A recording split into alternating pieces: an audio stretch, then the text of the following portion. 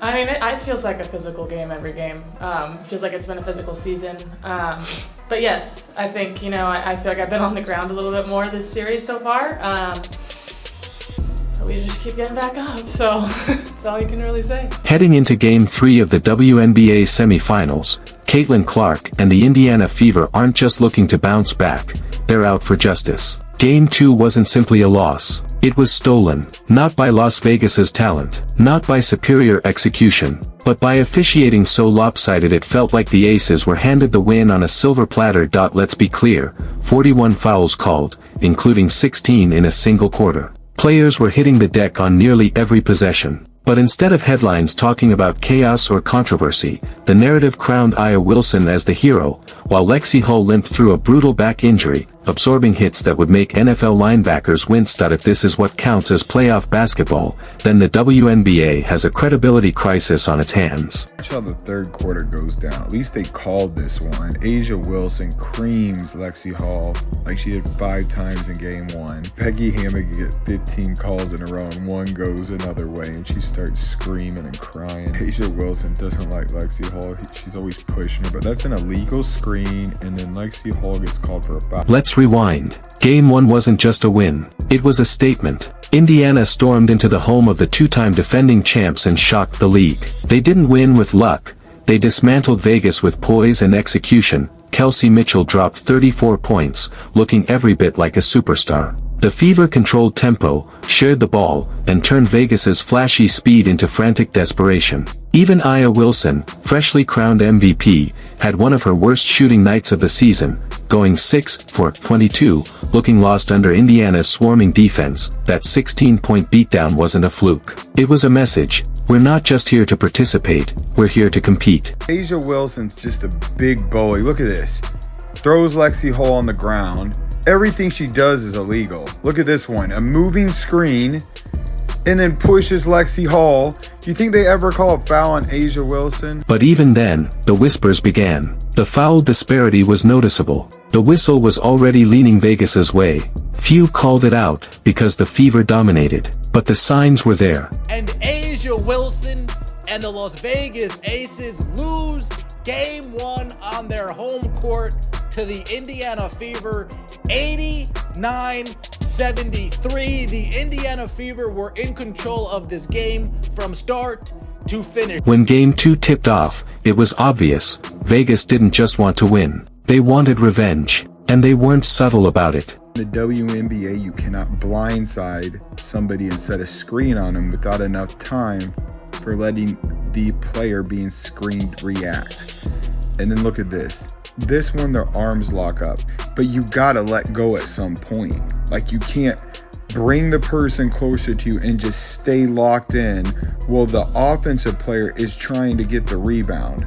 But we know Aaliyah Wilson only receives fouls. From the opening minutes, the Aces ditched basketball for brute force. Forearms, elbows, body checks, possession after possession. The refs swallowed their whistles when it benefited Vegas, then blew them on Indiana for breathing too hard. 41 fouls, 16 in a quarter. That's not playoff intensity. That's weaponized officiating, the Fever's offensive rhythm. Steph, why don't you think you were able to find any flow, and when that was the case, what are you trying to do to jumpstart things, maybe on the defense? Well, it's hard for us to find flow when there's a foul call every 10 seconds. I mean, it just really is. And when they're at the free throw line, we can't get up and down the floor. And that's a challenge. They were much more aggressive and physical defensively. We didn't counter that with our off-ball actions or with our back cuts.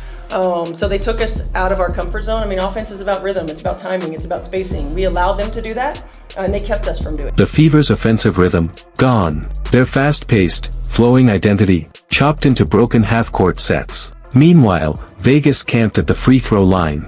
Yeah, Lexie, obviously you were a late add to the injury report today. Just how are you feeling this morning with your back, and what do you have to do to be able to play? I mean, I'm feeling sore still, but I think just a lot of treatment, trying to get, our bodies as ready as we can be.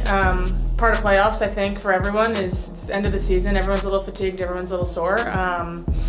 So just trying to go out there and do the best I can. yeah, a lot of treatment with our trainers. I'm really thankful for them to spend a lot of time with me today, a lot of time with me yesterday, getting me ready for tonight. The face of this fight, Lexie Hull. She shouldn't have even played. Her back was banged up from game 1. Most players would have sat, but she showed up, suited up, and fought through constant, targeted abuse. Vegas hunted her. Every cut, every screen, every rebound. They shoved her, knocked her to the floor, and dared her to break. Instead, she responded by draining 5 threes, tying the Fever playoff record, all while grimacing through pain. That's not just hustle. That's grit personified. This is what happened. They cut it to 8 and they get 4 fouls in a row. That was not a foul. That was not a foul.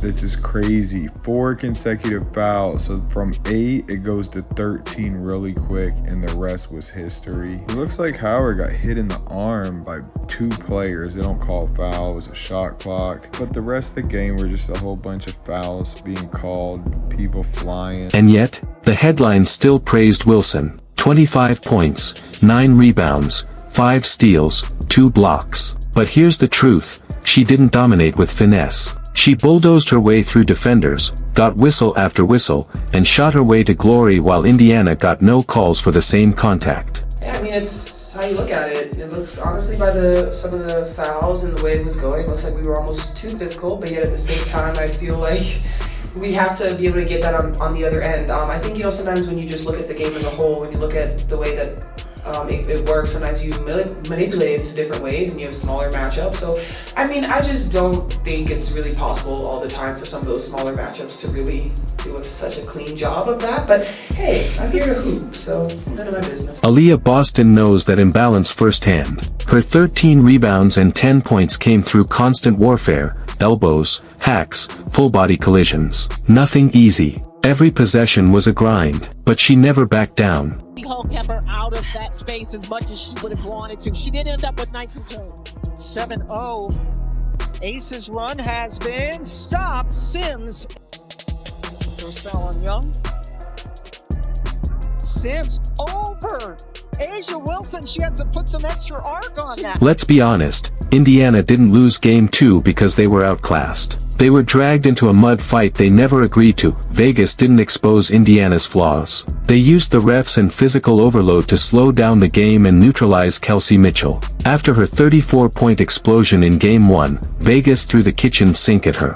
Traps, double teams, denial defense. It worked. She was held to 13 points. But don't mistake that for her going cold. This was coordinated suppression, not failure. If Vegas needed 41 fouls, home court calls, and physical mayhem just to survive game 2, what happens when this series moves to Indiana?